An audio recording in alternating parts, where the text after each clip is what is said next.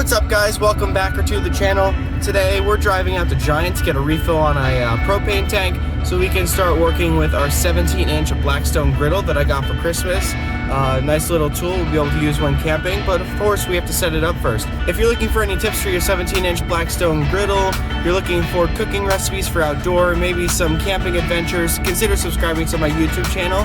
Hit that like button and let's get started.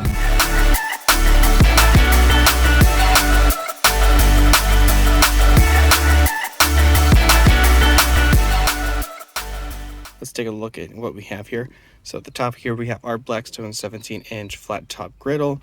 You can see it is auto light. It does have a grease tray right there. I did get the 17 and 24-inch Blackstone stand. So that comes with little holes for this thing to sit into, and then adjustable legs and then a little table ledge there, which is pretty awesome. And then I have the propane adapter so I can adapt to a propane tank. Otherwise you have to get the little tanks all the time, and that can be quite annoying. The first thing you have to do anytime that you get a new griddle is season it. So I have all the stuff here that we'll need in order to take care of that process. I have some tongs that are rated for high temperature, some Blackstone heat resistant gloves just for that extra protection when we're running this on high. I have a bottle of oil that we'll use to season the top, and then of course paper towels to spread it around.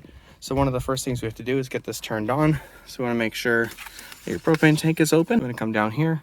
We're going to press this button in to start some flow of gas. And then we'll try and light it. Here it went there. You can see right in there if it had gone on. From there, we just want to throw it on high and let this start to get hot. All right, guys, we're on the third coat here. I have had some problems with my camera today, so each of these coats are pretty much the same thing. This one I'm just going to do a little bit more time on the outside, but normally you could go on just to the middle here and give that a nice little coat of oil.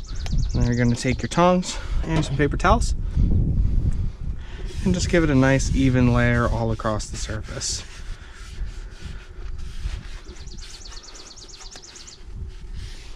Each of the three layers is pretty much the same. The only difference is how dark your surface is going to be when it happens, and the quickness of the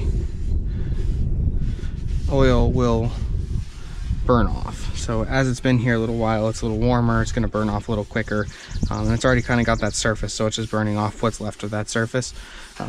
So it is a little quicker once you have a few coats on here, but that's really the only difference between each coat. I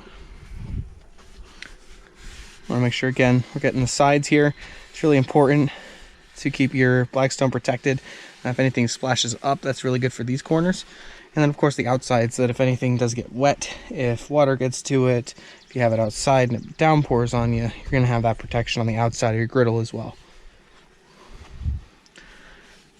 This nonstick surface is more for cooking nonstick, but it's also to protect your griddle. That's really important, especially because you put a lot of money into this product.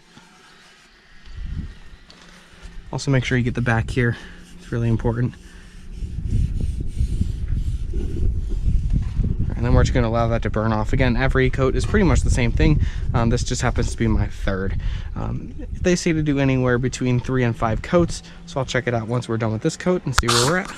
Now that we're done getting a nice non-stick surface on there, we're going to go ahead and make some lunch on this. So I got some shaved beef here, some peppers and onions, some cheese, salt, pepper, and then some rolls. We're going to do a nice little cheesesteak. I'm going to go ahead and turn this heat down to like a medium low.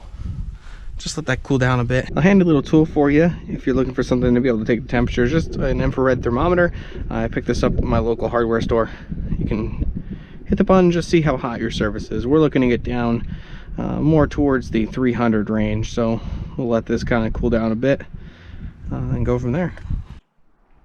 So we'll go ahead and we'll throw our beef on the griddle here.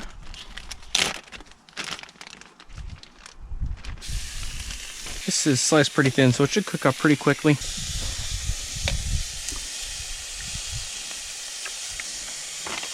Throw on some oil. Let's get our peppers and onions going here. Go ahead and give that some pepper. And with some salt.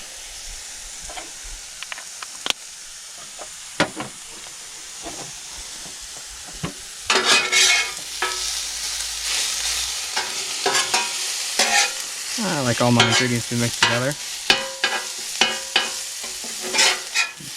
Slide this over. We don't need that on anymore. Go ahead and flip that off. Let's give this bun a little bit of toasting. So open that up.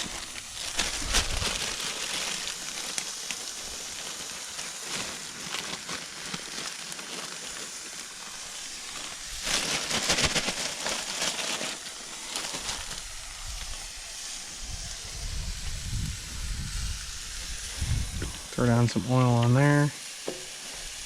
Get that on.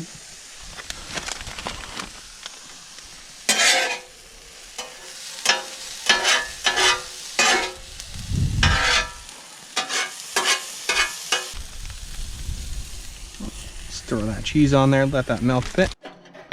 Alright, let's plate this up now that we got our bun toasted. Got that cheese melted.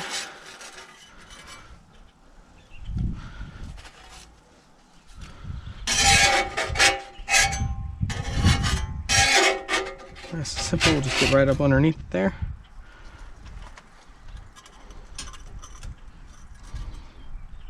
Drop it right on our bun. Check that out. Got some potato salad, some mac salad, and that beautiful Philly cheesesteak that we made on our 17-inch Blackstone Griddle. If you guys are looking for more tips about your Blackstone Griddle, want to see some more recipes as I start to use this a little more often now that it's getting nice out, subscribe to my channel, Camp Cook Kayak.